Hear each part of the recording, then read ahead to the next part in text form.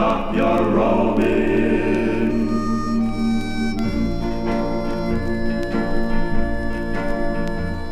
Sailor, stop your roaming. Sailor, leave the sea. Sailor, when the tide turns, come home safe to me. As you sail across the sea, all my love is there beside you. In Capri or Amsterdam, Honolulu or Siam,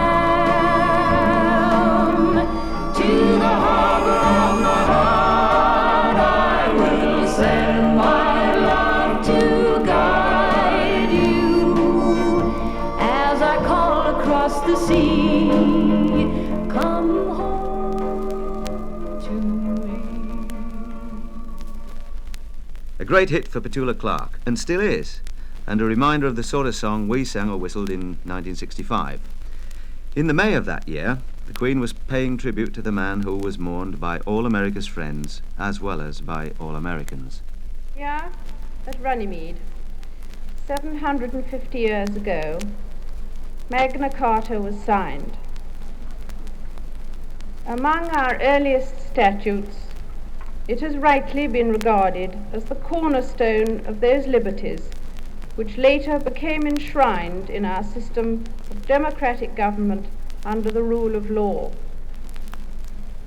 This is a part of the heritage which the people of the United States have with us. Therefore, it is altogether fitting that this should be the site of Britain's memorial to the late President John F. Kennedy. For as leader of his great nation, he championed liberty in an age when its very foundations were being threatened on a universal scale. This acre of English soil is now bequeathed in perpetuity to the American people in memory of President John Fitzgerald Kennedy, who in death my people still mourn and whom in life they loved and admired. The 1965 British Grand Prix was won by motor racing ace Jim Clark, and Raymond Baxter reports the finish. And I can see the Lotus coming up, and the distance between them is less than 100 yards as Jim Clark comes into Woodcote Corner. It's Jim Clark coming through Woodcote and napping Bruce McLaren and taking the checkered flag, and there's Graham Hill. And the interval was 3 seconds at the end of 235 miles. What a close call. And there was another winner too about this time, as Kenneth Horne swept the board with his radio success, Round the Horn. Well, now, today, as everybody knows, is the start of Quota Sheep in Raspberry Jam Week. And to celebrate the occasion, the City of London has gone gay and organised a really exciting festival. There'll be swan upping at Downham, swan downing at Upham, streptococcus racing at the BMA Recreation Grounds, Walthamstow, and an auction of Rembrandt's dentures at Sotheby's Horsemeat Boutique, Hungerford Arches. And for racing fans, the week's events will be crowned by the nudists' annual point-to-point at Kempton Park.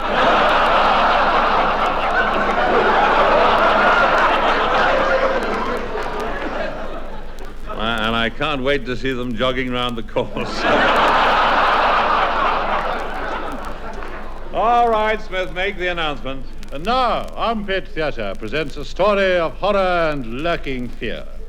We give you Gaslight, Son of Flicker. The year is 1890. The place, Victorian London.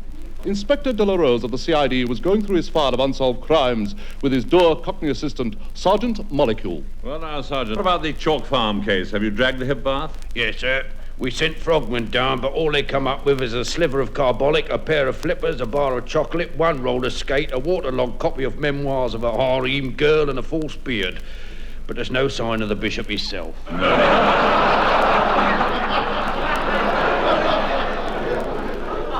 Have you tracked down the hooded finger burglar of Brixton yet? We traced the footprints in the Semolina to the boudoir of Lady Crab Throbber, and in her wardrobe we found this. Oh, that's why I left it. Yes, the marvellous Kenneth Horne. As the year closed, the oil rig Sea Gem reported a successful strike under the North Sea, and the government introduced a protective measure for long-serving employees. Mr. Ray Gunter, the minister concerned, explained redundancy. The real purpose of the Act is, of course, to provide a measure of social justice. We all know that the golden handshake has been there for managerial and executive staffs for a long time. And we feel that the ordinary working boy is entitled to compensation when he loses his job and loses his security. The other purpose, of course, and one of its primary purposes, is to provide greater mobility of labour, to remove this fear of being thrown on the ash tip, as it were, after lengthy service with one employer. Plans were made early in 1966 for the romantic visit of Chi-Chi, the lady panda of the London Zoo, to Annan, the male panda in Moscow. It was a wasted journey. No little panda was forthcoming. But we didn't know that until after the World Cup trophy had been lost and found by a dog called Pickles nosing in the bushes. Sheila Scott made aviation history that year by flying solo around the world, and before she took off, Brian Curtois asked why she was going. Britain hasn't yet flown around the world solo. Only 2 other women have done it, both Americans, so it's time that Europe made the flight, and because I want to do it more than anything in the world. What's your biggest problem going to be, do you think, on this trip? Sleep. There was a general election in which Labour came back with a bigger majority, and Harold Steptoe and his dad went totting up the Mall. Now, I saw the dive yet. Marvellous.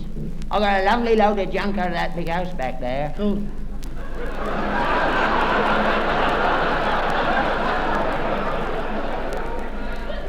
You ain't been in there? Yeah. Ah, you're joking. You great nit! You guys banged in the tower. Listen, I distinctly told you this morning I would do Downing Street and you would do Birdcage Walk. Your terms of reference did not include totting round Buckingham Palace.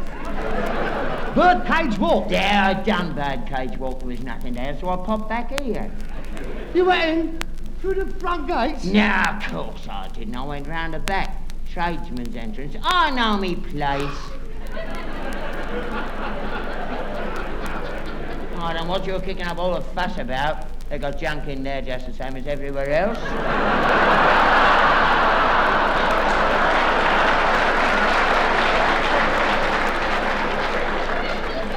Big house like that stands to reason.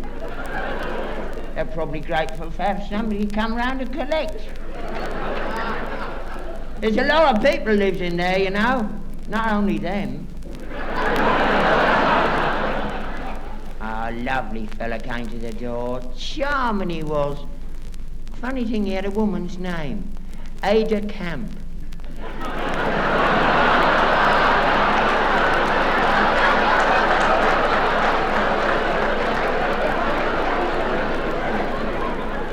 He looked all right to me. I don't know where you get the gold. It must be ignorance. I mean, I could no more walk up to Buck House, nothing but some bows, a fly to the moon. I suppose you'd have a coat of arms on a cart tomorrow, won't you? By appointment, rag and bone collector. I shall just have to write and apologise. I shall just have to crave indulgence, that's all. Well, it's better we had it than the dustman, ain't it? I've got a lovely load of stuff here, much better quality than the stuff we usually get hold of. I should hope it is. But that's hardly the point, is it? I mean, it's a question of protocol, the court circular and all that. The least you could have done was to have poked our card through the letterbox, announcing our intention of calling. Not just go and bang on the door, will willy-nilly. I left our card and a sack. Oh, God.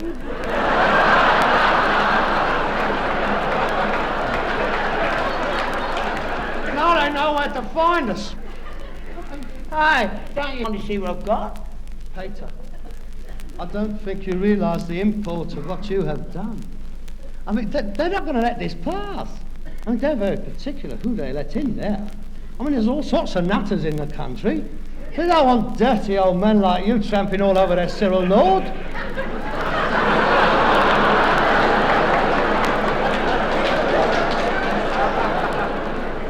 They've got some lovely stuff in there. Well, I expect they have. They've been collecting longer than us. What about that?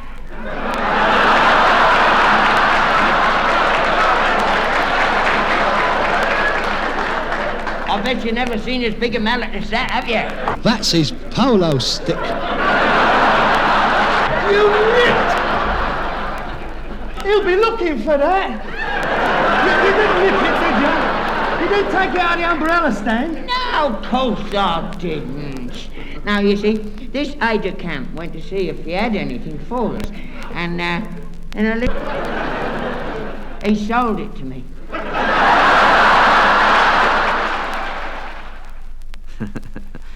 Steptoes getting a bargain there. Well, whether or not the Steptoes were well received at Buckingham Palace, there was no doubt about the enthusiasm of the welcome John Ridgway and Shea Bly got when they completed their successful row across the Atlantic. There was consternation, though, when Arkle, the Wonder Horse, went lame at Kempton Park, but there was both consternation and then tremendous enthusiasm in the last moments of the World Cup final between England and West Germany, as you can hear from Brian Moore in the commentary box at Wembley. England 2, West Germany 2 in this very even still World Cup final of 1966.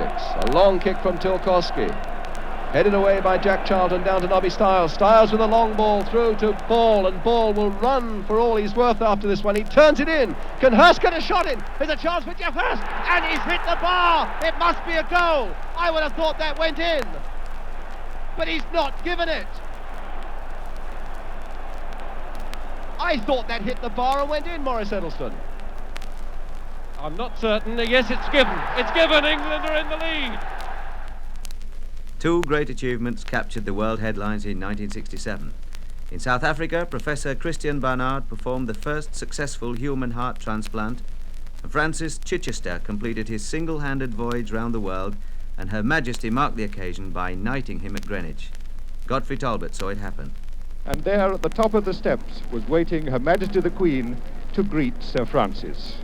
They stood for a few moments in conversation, and then the Queen led Sir Francis to a spot in the middle of the lawns here, flanked by the public, flanked by sailors, watched by everybody. Had placed a small scarlet velvet footstool from Buckingham Palace, and there with his cap off, Sir Francis knelt on one knee, and the Queen swiftly took that 400 years old sword which the first Elizabeth had given to Sir Francis Drake and knighted Sir Francis Chichester on this historic spot. A second Elizabeth knighting a second Sir Francis. The Queen had another nautical engagement later in the year, this time on the banks of the Clyde. Your Majesty, will you do us the honour, please, of naming and launching this ship? I name this ship Queen Elizabeth II.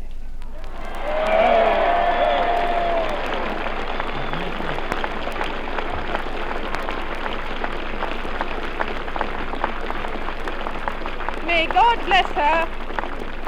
May God bless her and all who sail in her. Her own style and title. And now the Queen goes to the launching triggers, and the bottle is well and truly broken, swung, crash into the lovely bow. Is she going to do? There is the thundering crack of the launching triggers releasing. Is she going to move? And how long will she take? Let's start the count. 1, 2. And Aidan Thompson counted 54 seconds before she finally moved off and slid majestically into the river. But Clydebank shipbuilders were not the only Scots to celebrate in 1967. The players and supporters of Celtic had something to shout about too, as Brian Moore reported. In fact, it's a stoppage because it's a free kick to Celtic inside their own half, which McNeil very quickly takes. Forward to Murdoch. Out to Gemmell, making another overlap for Celtic there. Gemmell now closing in on this Inter Milan penalty area, trying to get them to go into attack. A shot, a goal! A goal by Murdoch for Celtic. They're in the lead. Celtic are in the lead. A long shot by Murdoch that boldly cannoned off another Celtic player. Chalmers, David, Francie thinks beside me. But if the scorer is perhaps a little bit obscure, the great news for Scotland is that Celtic are in the lead with 5 minutes of this European Cup final to go. The score is Celtic 2, Inter Milan 1. In boxing, there was good reason for congratulating our Henry Cooper. Every fighter, when he starts off, I think his ambition is to win the British title and win a Lonsdale belt. Well, I think 67 was a great year for me because I was the first British fighter to win 3 Lonsdale belts outright. The third fight, what got me my third Lonsdale belt, was the fight with Billy Walker. He gave me a lot of personal satisfaction because Walker was the young and up-and-coming boy, you know, and I'm an old stage now, so it was nice to beat him, and as I knew, it was to clinch that third Lonsdale belt, which no other British fighter in any way has done before us. And then another great thing, which I had a personal satisfaction, I beat Bombardier Billy Wells' old record, which stood on for a good few years of, I think it was 9 years, 10 months. I was the longest reigning champion. I beat that record of his, which was a great thing to me because Billy Wells was one of the old names in the record book, what you just sort of read about and heard about. Sandy Shaw also came in for some congratulations when she won the Eurovision Song Contest with Puppet on a String. On the roundabout, then I lose on the swings. In or out, there is never a doubt just who's pulling the strings. I'm all tied up in you, but where's it leading me to? I wonder if one day that you say that you care. Yes, say you love me madly, I'd gladly be there like a puppet on a string.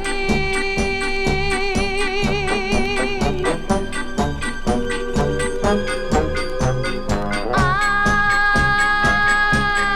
wonder if one day that you say that you care. If you say you love me madly, I'd gladly be there like a puppet on a string.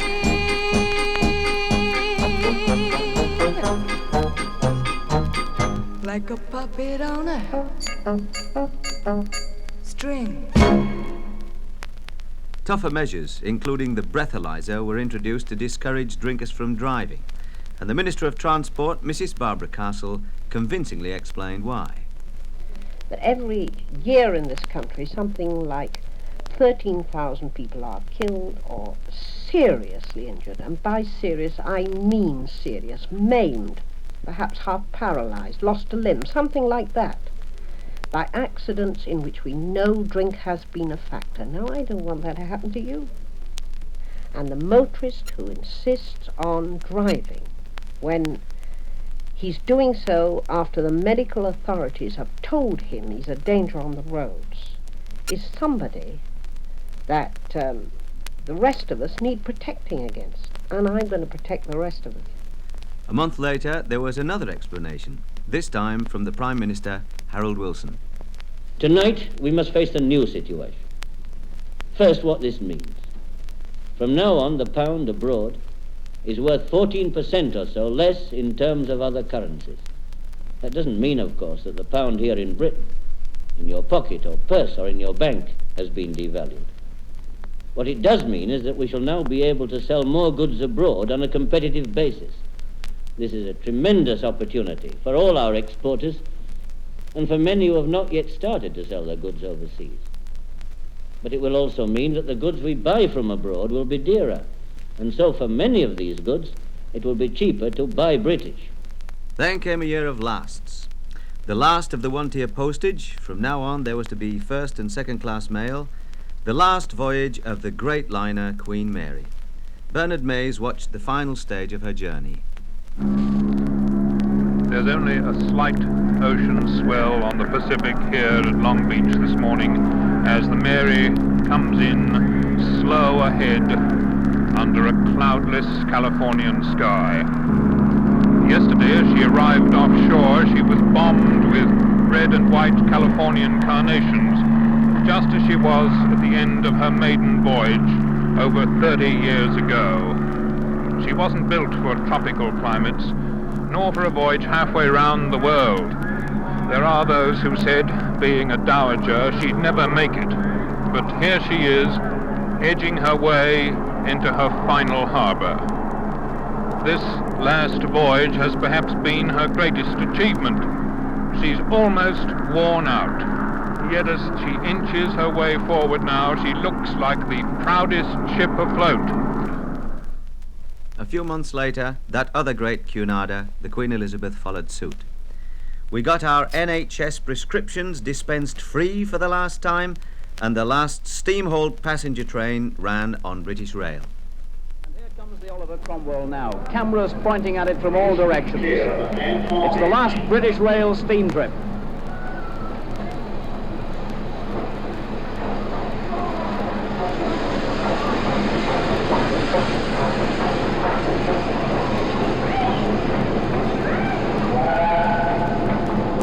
People charging all over the platform here. Passengers waving from the windows. They've paid 15 guineas a head for the privilege of making this last journey.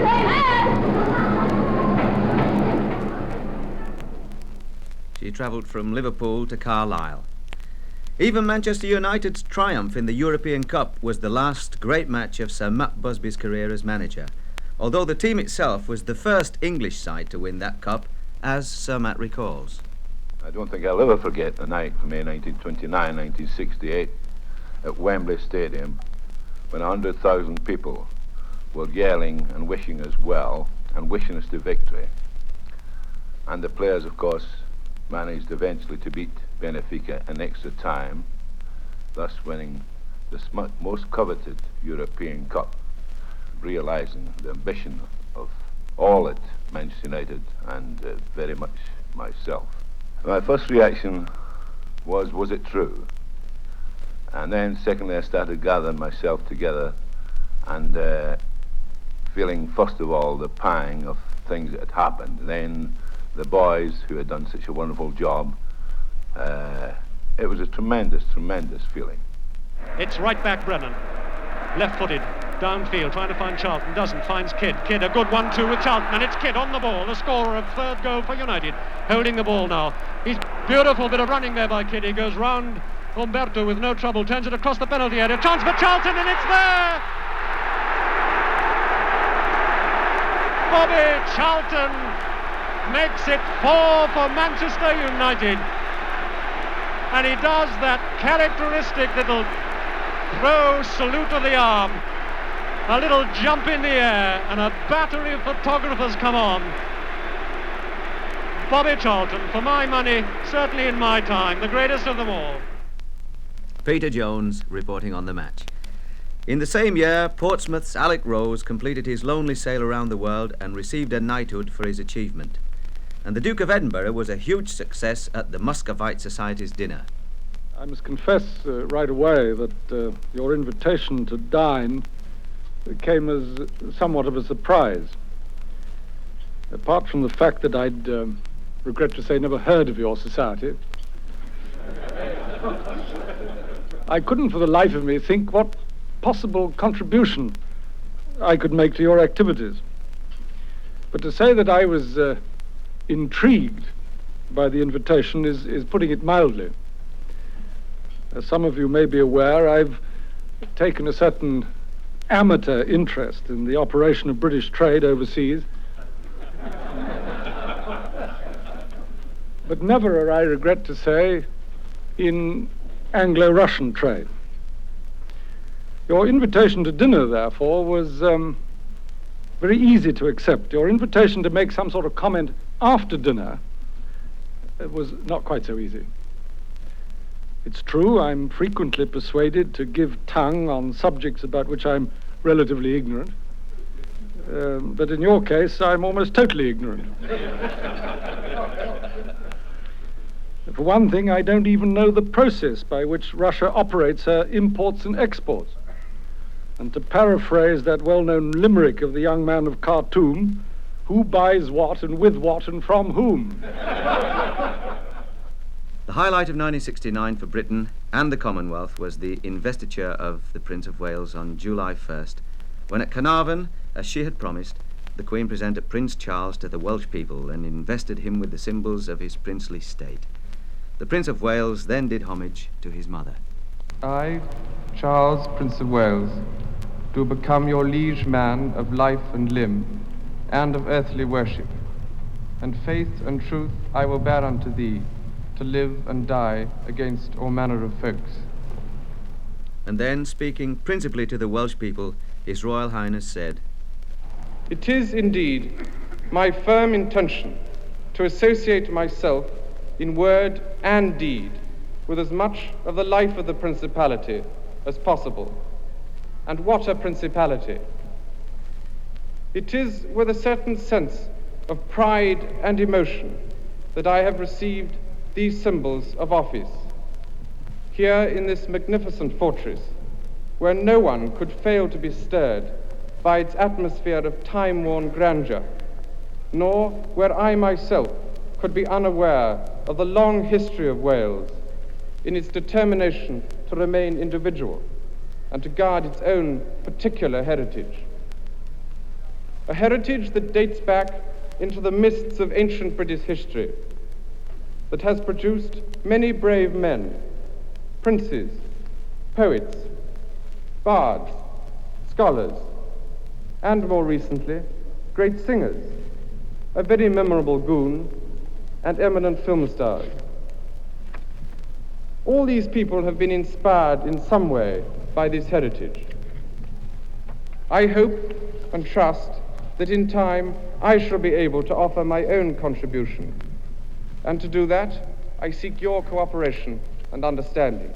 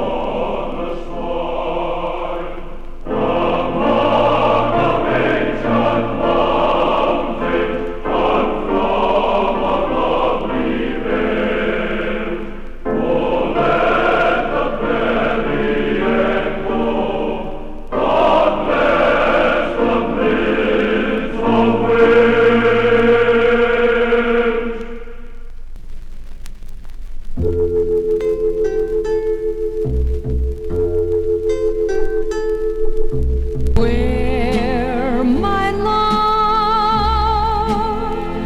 there will be songs to sing, although the snow covers the whole of spring.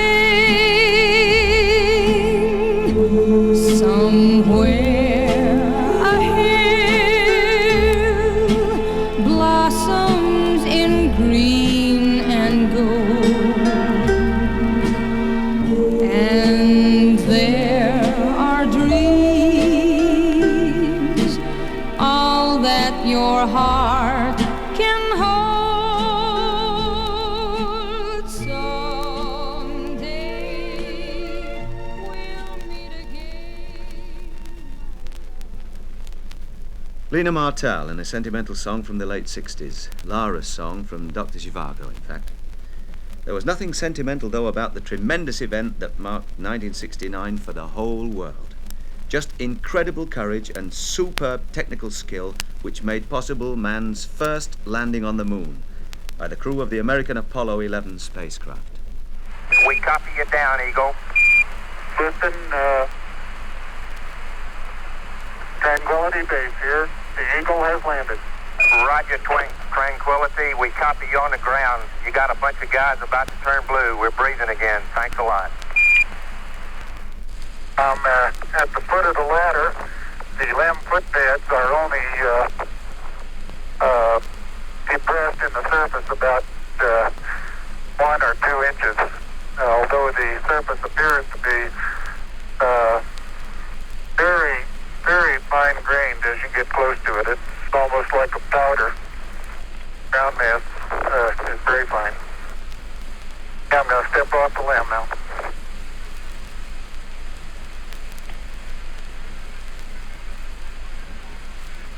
That's one small step for man, one giant leap for mankind. One small step for man, but a giant leap for mankind. Neil Armstrong and Buzz Aldrin on the moon. In the Earth's atmosphere, Britain's version of the supersonic airliner Concorde made her maiden flight in the experienced hands of Brian Trubshaw. At sea level, there was the maiden voyage of the new Cunarder, the QE2, as everyone called her. And even underground there was activity when Her Majesty took a trip in the new Victoria Tube after formally opening the line. And very much down to earth, as usual, Prince Philip was speaking at the Mansion House on a subject which concerns everyone: conservation. Now, a few years ago, anyone voicing any concern about conservation and environment was looked upon as a harmless sort of crank and to be humoured at best and denounced as an alarmist at worst. Well, today, strange as it may seem, it has become almost decent to be concerned about the protection of wildlife, to worry about the destruction of the countryside, to feel anxiety about the indiscriminate use of chemicals in agriculture and the use of antibiotic drugs in animal feeding stuffs, or to take an interest in water resources. I think the simple truth is that everyone of reasonable intelligence has become aware of what is wrong with our environment. They have come to realize that our honeymoon period with science and technology is over. They have come to understand the immense and damaging pressures which have been put upon the countryside and all wild populations on land or in the water. We've now got to settle down and attempt to cope with the consequences. And as so often happens after honeymoons, the consequences are unexpected.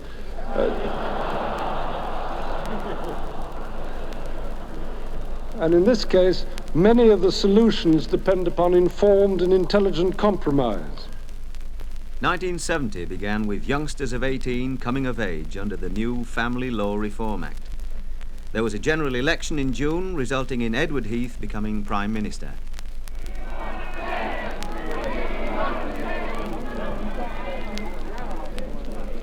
The Queen has asked me to form the next government, and I am indeed proud to accept. To govern is to serve. This government will be at the service of all the people, the whole nation. Our purpose is not to divide, but to unite, and where there are differences, to bring reconciliation, to create one nation. Otherwise, 1970 was a sporting year. Tony Jacklin won the US Open golf tournament, and Bobby Charlton, in his 100th international, played a fabulous game against Northern Ireland. Poor old Arkle had to be destroyed because of arthritis. But that other wonder horse, Nijinsky, won the Treble Crown with the 2,000 guineas, the Derby and the St. Ledger. And Alf Garnett explained to his family how he would solve the political situation by transferring the premiership to Buckingham Palace. Look, if the Tory party had any sense and made her its leader instead of that twit Heath, I mean, not only us Tories would win every election we went in for. She wouldn't want to go to all them political meetings. No. People throwing stink bombs. Look. All that language. Look. No, I don't think that sort of thing would suit her at all. Not the way she's been brought up. Yeah, but he could, couldn't he? He could stay, because that sort of thing wouldn't embarrass him. No. Well, he was in the Navy, wasn't he? So he's used to a bit of bad language. Make a blooming good Prime Minister, he would. good polo player. Yeah. He'd make a bloody sight better Prime Minister than your darling Harold would. He's more economical too. More economical how? How? Because for a start off, mate, he wouldn't need that Downing Street, would he? Why? Because he's got a better place of his own, isn't he? See? I mean, your Buckingham Palace is altogether more desirable residence than your Downing Street, isn't it? See? That's detached too. Any of your foreign dignitaries coming over here to visit him, if he was the Prime Minister, be far more impressed with your Buckingham Palace than that rotten little terraced house in Downing Street. Oh, blimey. And another thing, see? He wouldn't need that copper on his doorstep. Why? Because he's already got the army on his, isn't he? See? And your Wilson, see? Look, he'd probably do the same job as old Wilson's doing for the same money, and that'd be another saving, wouldn't it? Oh, get out. Well, Philip as Prime Minister? Yeah. Look, he's got no knowledge of parliamentary procedure for a start-up, has he? Look, I mean, if he stood up in the Commons, mate, I'm knocking you, they'd tear him to little pieces, they would. Don't you be so sure, sonny. Yes, and Michael Footwood. Yeah, and Ricardo. And Ziliakis. Them foreigners? God, they've got no business in a British Parliament anyway, have they? I mean, they're Greeks. Well, so's Philip. He's a Greek. Yeah, well, he's a different sort of Greek, you know. Because he's not one of your restaurant Greeks, is he? He's one of your royal Greeks. See? One of your royal... He's a gentleman, he is. Ah, get off with it. Never mind about get off. If they made Philip the Prime Minister...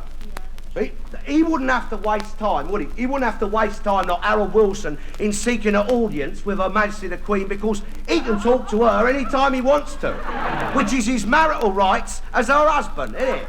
See, and another thing, see, he could finish up the House of Commons at night, nip home up the palace, and sort out the country's problems with her over a cup of cocoa before he went to bed.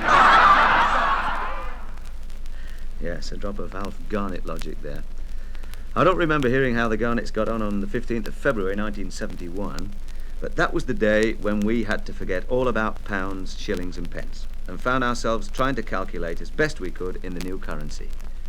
It wasn't easy, as Roger Cook found out when he talked to some of the men and women in the street. Do you understand decimal currency? Well, very slightly. I'm close on 80 years of age. I'm not a boy, am I? What sort of mistakes do you make? Well, I suppose the confusion of allowing the old coinage to mix with the new coinage. That's the only mistakes I make. Do you think the shopkeepers diddle you? Well, you've asked the wrong man. I'm a shopkeeper. No, I don't understand it. What sort of mistakes do you make? Oh, I don't make no mistakes. I give me money out like that, and I go in the places where I'm known, and they take me money. I trust them. Are you still confused by decimal currency? No, I don't think so. You don't make any mistakes at all? Oh, I wouldn't go so far as to say that. I don't understand it. What sort of mistakes do you make? I've been giving money away and don't understand it. Do you reckon some shopkeepers might take advantage of that? Well, the money seems to go quicker, doesn't it? Are you still confused by decimal currency? Sometimes, not always. Why? What sort of mistakes do you make? I don't make no mistakes. It's the shopkeepers make all the mistakes. I never do. Otherwise, England regained the Ashes, and Joe Bugner took the heavyweight championship from Henry Cooper. Here's the last minute of Simon Smith's commentary. A minute to go, and as they come off the ropes, it's Bugner leading out with the left hand again, and he's wailing in this left hand now. He's winging it into Cooper's shin. Cooper tries to jab him away with that smart left hand, but he's taken to the ropes again with the left hand from Bugner to Cooper's head. Cooper comes off the ropes, comes in again behind the left hand, brought in close by Bugner, and this time it's Cooper who leans on and pushes Bugner against the ropes. Bugner comes off and jabs out 1-2 left hands into Cooper's face. Cooper comes back with a left uppercut to the body. They're flinging punches from every conceivable angle with half an inch left in this contest. Bugner going with the left hand in the face. Back comes Cooper, left handing him to the body. And Bugner almost knocked the gum shoot out of Cooper's mouth then with a left hand to the chin as he caught him on the chin as it came in. But Cooper standing there fighting it out with him. Bugner clubbing him, Cooper to the chin with a left-hander. Cooper forcing Bugner against the ropes over on the far side and really hitting each other. They're really shocking punches. Leather flying furiously in all directions. as coming up to the bell. Bugner bulldozes Cooper to the ropes, and there is the bell, and a tremendous reception from the crowd. And Bugner is the new champion. Princess Anne was voted Sportswoman of the Year, and the British team, captained by Prime Minister Edward Heath in Morning Cloud, won the Admiral's Cup, and Jackie Stewart won the Italian Grand Prix and the World Championship. In 1972, the Queen and the Duke of Edinburgh celebrated their silver wedding. Among the many festivities was the luncheon given by the Corporation of London at Guildhall. Replying to the Lord Mayor, the Queen said, My Lord Mayor, I think everybody really will concede that on this, of all days, I should begin my speech with the words, my husband and I.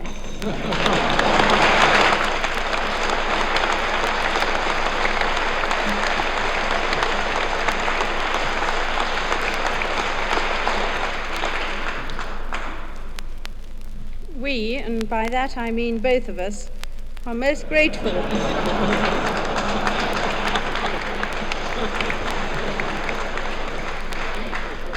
We're most grateful to you for your generous welcome and for the kind and thoughtful way in which you have expressed the city's loyalty and affection. A marriage begins by joining man and wife together. But this relationship between two people, however deep at the time, needs to develop and mature with the passing years. For that, it must be held firm in the web of family relationships, between parents and children, between grandparents and grandchildren, between cousins, aunts and uncles. A few well-chosen words can often say more than volumes. When the bishop was asked what he thought about sin, he replied with simple conviction that he was against it.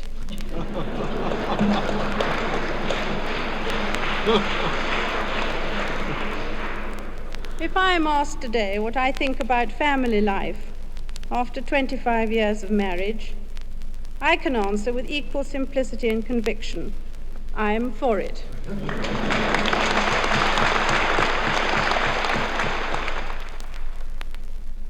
At the Olympics in Munich, Mary Peters from Ulster won the pentathlon gold for Great Britain and was later voted Sportswoman of the Year. Meanwhile, Princess Anne, 1971 Sportswoman, was the guest of the Institute of Journalists, and after dinner told them a thing or two. Flattered, as I was, by the recent publicity. After all, 3 days in the headlines and every other day inside can't be bad. I felt it was time for the horse's mouth to have its say. Luckily for you, I decided against it.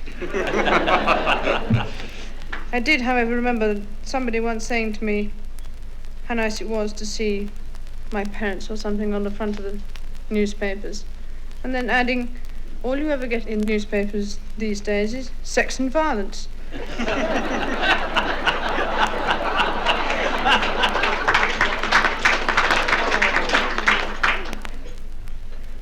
I don't know which category I come in either.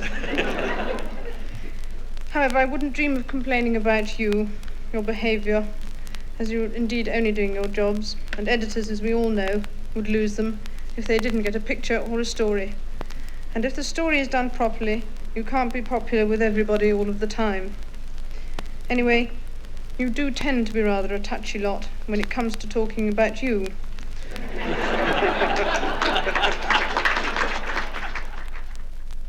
On the 1st of January 1973, Great Britain duly became a member state of the European Economic Community. Sunderland Football Club became the first second division team for 42 years to win the FA Cup, and Mr. Len Murray became General Secretary of the TUC. Shortly after his appointment, he said, inflation, we think, can best be tackled by expansion. If I can just make this point. The real problem isn't wages, it really isn't. If you look at the way wages have risen in this country, compared with our competitor countries over the past 10 years, our wages have not gone up any more than competitor countries. But the real difference is that our productivity, what each person produces in an hour or a day or a year, has not gone up as fast as theirs. Now, this is the key. We need more investment. We need more, I would use the phrase, productivity bargaining between workers and employers. We need more expansion. We need more growth. That's the way to get higher living standards, not just holding things down, not just putting clamps on things, but getting some ebullience in the situation. That's what we're looking for. The name of Sir Winston Churchill appeared once again in newspaper headlines as the national memorial to him was unveiled and dedicated in Parliament Square. Sir Winston had known and loved the Queen all her life. Now, for the first time, we heard something of what she had felt about him. In the long history of this kingdom and of our Parliament, there is no man whose name and fame are more certain of an enduring place than Winston Churchill. He will be remembered for many things, in peace and in war, in politics and in literature, and for his greatness as a parliamentarian. He was elected a member in the reign of Queen Victoria, and when he left his seat for the last time, 64 years later, he was loved and revered on the government and opposition benches alike. I thought that when he resigned as Prime Minister and would no longer play an active role in party politics, I might honour his wholly exceptional achievements by offering him a dukedom. No such distinction had been proposed for nearly a century. But he wanted to spend his last years where he had passed almost all his adult life, in the House of Commons. And indeed, he had no need for distinction greater than the name of Winston Churchill. In mid-November, the Queen had an entirely new role to play, mother of the bride, when on Prince Charles's birthday, she and the Duke saw their daughter, Princess Anne, married to Captain Mark Phillips. Anne Elizabeth Alice Louise. I, Anne Elizabeth Alice Louise. Take thee, Mark Antony Peter. Take thee, Mark Antony Peter. To my wedded husband. To my wedded husband. To have and to hold. To have and to hold. From this day forward. From this day forward. For better, for worse. For better, for worse. For richer, for poorer. For richer, for poorer. In sickness and in health. In sickness and in health. To love, cherish, and to obey. To love, cherish, and to obey. Till death us do part. Till death us do part. According to God's holy ordinance. According to God's holy ordinance. And thereto I give thee my troth. And thereto I give thee my troth. And all our wishes to the bride and groom were for better. Unfortunately for most of us, it was for worse. That winter, in December, what Prime Minister Heath had to tell us was certainly... Minister, I want to speak to you simply and plainly about the grave emergency now facing our country. In the House of Commons this afternoon, I announced more severe restrictions on the use of electricity. You may already have heard the details of these. We are asking you to cut down to the absolute minimum the use of electricity for heating and for other purposes in your homes. We are limiting the use of electricity by almost all factories, shops, and offices to 3 days a week. This does not apply to food shops or food processing factories, so there is no need for anyone to change their plans or habits in shopping for food. We are imposing other restrictions, for example on late-night television. 1974 opened more or less in candlelight. For 3 days a week, there were cuts in everything relying on electricity, and there was shortage of petrol, coal, and fuel generally. It was extra clothing at work, hot water bottles at home, and card games or Scrabble to fill in the gaps left by restricted TV and radio. The general election in February eased things somewhat and changed the government, while women's libbers began to burn their bras and shout for equality with men. And in 1975, one of the most important events was the election of the first woman leader of a major political party. To me, it's like a dream that the next name in the line, Harold Macmillan, Alec Douglas Hume, and Edward Heath, is Margaret Thatcher. Each has brought his own style of leadership and stamp of greatness to the task. I shall take on the work with humility and dedication. It is important to me that this prize has been won in open electoral contest with 4 other potential leaders. I know that they'll be disappointed, but I hope we shall soon be back working together as colleagues for the things in which we believe. In June, there was a referendum to decide whether our entry into Europe should be final or not. This resulted in nearly 17.5 million yeses and about 8.5 million noes, so we stayed in, for better or for worse. Early in 1976 came one of the most unexpected announcements of the decade. BBC Radio News. We've just heard from our staff at Westminster that the Prime Minister, Mr. Harold Wilson, has resigned. He feels he has been leader of the Labour Party for long enough. He will continue as a backbencher. Mr. Wilson celebrated his 60th birthday last week and has been one of the longest-serving Prime Ministers this century. And after a multi-candidate struggle to succeed him, James Callaghan emerged as the winner. Winners of more tangible trophies were the 2 Sportsmen of the Year 1976, John Curry, the Olympic gold medalist and world champion, James Hunt, the world motor racing champion, and David Wilkie, and of course all those others who won medals for Britain in the Olympics at Montreal. And the Brotherhood of Man, who won the Eurovision Song Contest with Save Your Kisses for Me. Kisses for me, save all your kisses for me. Bye-bye, baby, bye-bye. Don't cry, honey, don't cry.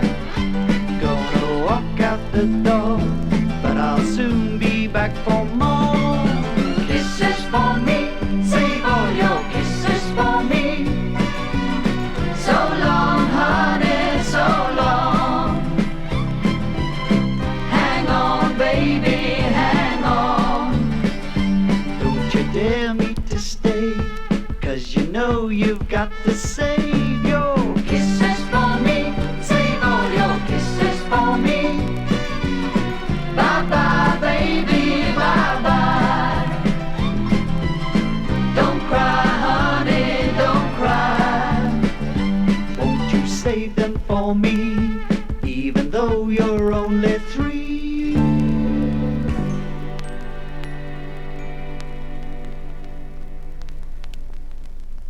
Drought was the big feature of 1976, and a serious water shortage developed.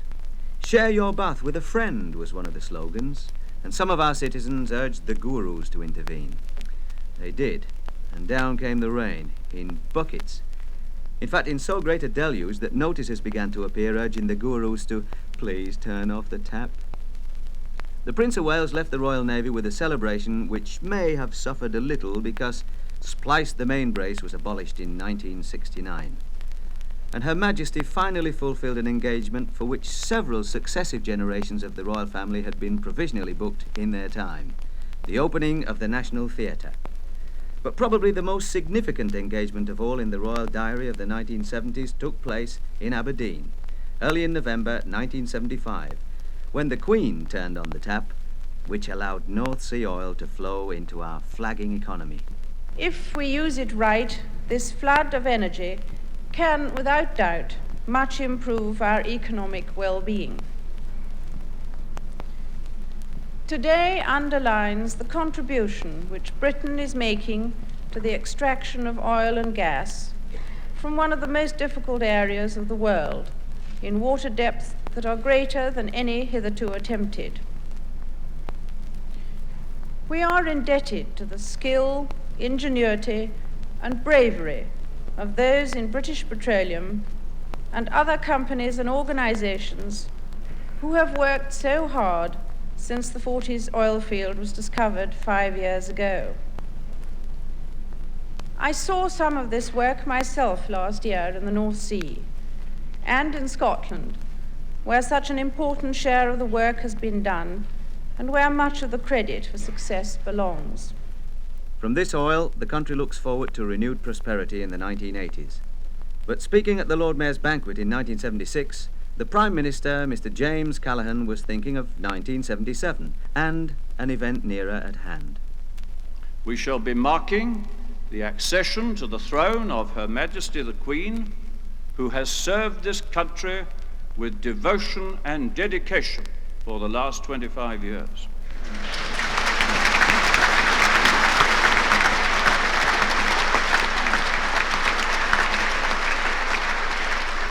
The Silver Jubilee will be an occasion of national celebration and of thanks.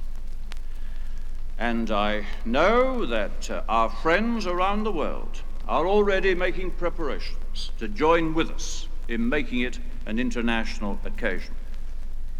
What Mr. Callaghan was saying then was, I think, the 1970s way of expressing what Sir Winston Churchill said just before the Queen spoke to us all on the day of her coronation. Let it not be thought that the age of chivalry belongs to the past.